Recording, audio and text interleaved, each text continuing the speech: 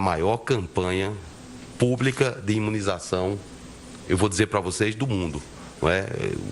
Nós temos muita segurança que conseguiremos cumprir esses objetivos, como o Rodrigo falou, porque as entregas de doses têm sido feitas de maneira tempestiva e porque a nossa capacidade de vacinar a população ela é muito forte, como já mostramos.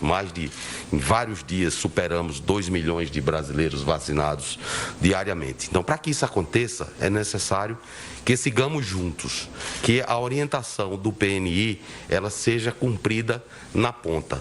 E aí nós conseguiremos avançar e avançar céleres, até mesmo para planejar uma possível terceira dose, que, quando for aplicada, será autorizada com base em evidências científicas consistentes e de acordo com a estratégia de distribuição de doses que o Ministério da Saúde já tem consolidada. Eu vou passar para a Rosana, para que ela faça algumas considerações complementares em relação ao que já foi falado.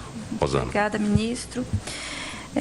Bom dia a todos. Inicialmente, assim, agradecer a brilhante apresentação do Dr. Rodrigo, de forma bastante didática, né, que vai dirimir bastante dúvidas.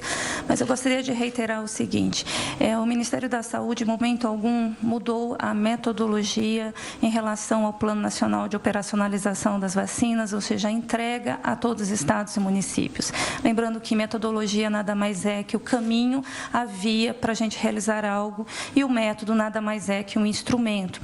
E nós, desde o nosso primeiro informe técnico, eu gostaria de lembrá-los que é o instrumento que nós utilizamos não só para explicar a forma da aplicação de determinado imunizante, o que fazer quando acontece algum efeito colateral, a forma da distribuição das seringas que nós fazemos, mas também lá nós colocamos que, em consonância com a gestão tripartite do SUS, Ministério da Saúde, CONAS, CONASEMES, fazemos as nossas reuniões ordinárias com a tripartite para a elaboração dessa pauta, onde sim nós discutimos algumas nuances, sejam elas cenário epidemiológico, sejam elas a efetividade, como que os estados estão evoluindo nessa distribuição da vacina. Ora, senhores, quando nós começamos o nosso PNO, como foi muito bem colocado, nós definimos grupos prioritários e faixa etária.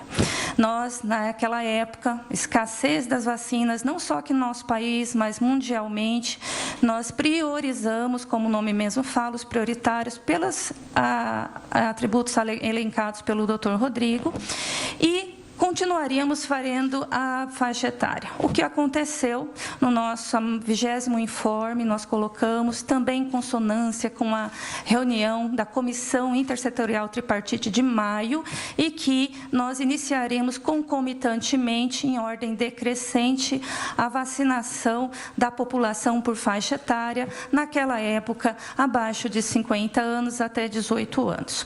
O que eu gostaria de frisar? Sempre nós utilizávamos como um método, né, a porcentagem. Por exemplo, no nosso segundo informe técnico, nós distribuímos as vacinas para os trabalhadores de saúde.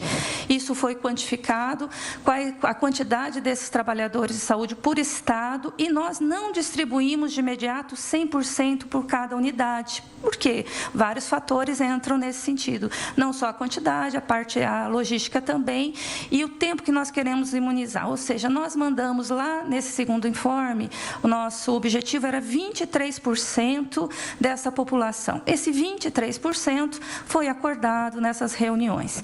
E o que nós continuamos fazendo nesse decorrer? Terminamos os grupos prioritários por volta da 29ª pauta, incluímos pessoas de fronteira, também devido ao cenário epidemiológico das variantes, para se formar uma barreira sanitária. Então, na 31ª pauta, nós incluímos esse grupo e mandamos para esses estados e municípios, o que ocasionou, né, como foi muito bem colocado, não uma iniquidade, essa disparidade.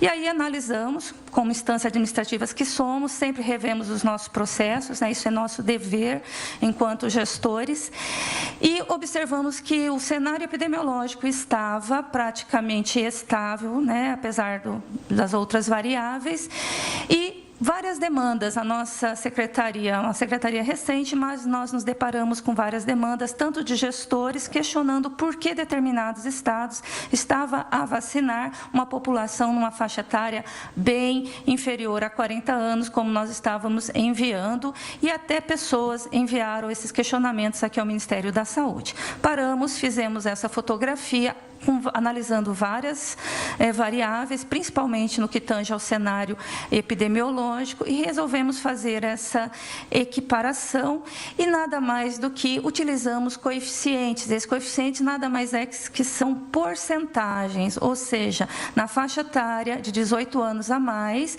o quantitativo que nós estamos mandando de vacinas para determinados estados é uma porcentagem.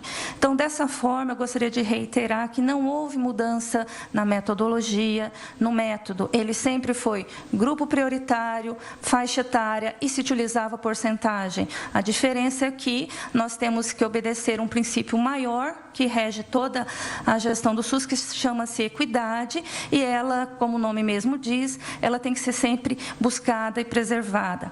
É bem verdade que alguns estados, municípios podem se sentir até prejudicados, né, por uma situação que querem lutar por a sua população, mas o Ministério da Saúde, ele tem a obrigação do princípio, né, da igualdade, ou seja, todos os brasileiros, nós devemos olhar para todos da mesma forma, independente de qual unidade federativa. Então, era isso que eu gostaria de acrescentar e estamos à disposição para dirimir quaisquer dúvidas. Obrigada. Obrigado, Rosana. Senhoras e senhores, nós vamos abrir agora para as perguntas. Pedimos para que os jornalistas... 10 horas e 40 minutos. Acompanhamos então a coletiva do Ministério da Saúde anunciando um reajuste na distribuição de doses, o que significa que estados que hoje ainda estão com a vacinação atrasada devem receber mais doses para vacinar pessoas acima dos 18 anos de idade. A gente faz uma rápida pausa para o